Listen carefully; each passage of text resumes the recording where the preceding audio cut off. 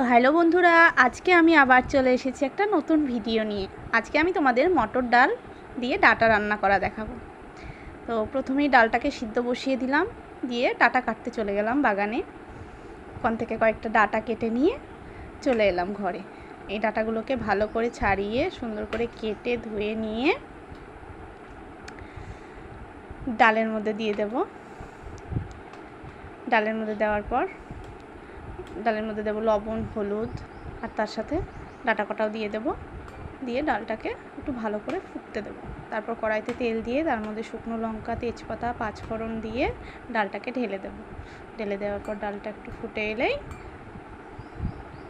গরম ভাতের সাথে ডাল, পটল ভাজা, পাঁপড় ভাজা। তো আজকে এই পর্যন্তই, আবার দেখা হচ্ছে পরের ভিডিওতে। ততক্ষণ সবাই ভালো থেকো।